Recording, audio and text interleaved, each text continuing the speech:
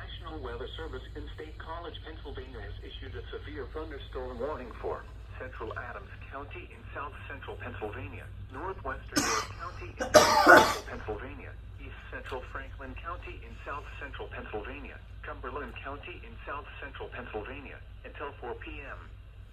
At 2:56 p.m., a severe thunderstorm was located over Scotland, moving northeast at 40 miles per hour. Hazard, 60 miles per hour wind gusts and quarter-size hail. Source, radar indicated. Impact, hail damage to vehicles is expected. Expect wind damage to trees, roofs, and siding.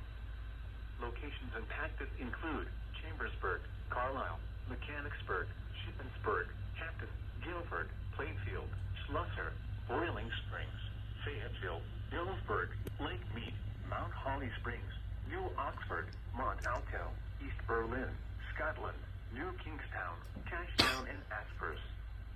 This includes the following interstates: the Pennsylvania Turnpike for mile markers 220 to 236.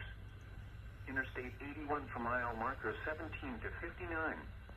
A tornado watch remains in effect until 8 p.m. for south central Pennsylvania. For your protection, move to an interior room on the lowest floor of a building.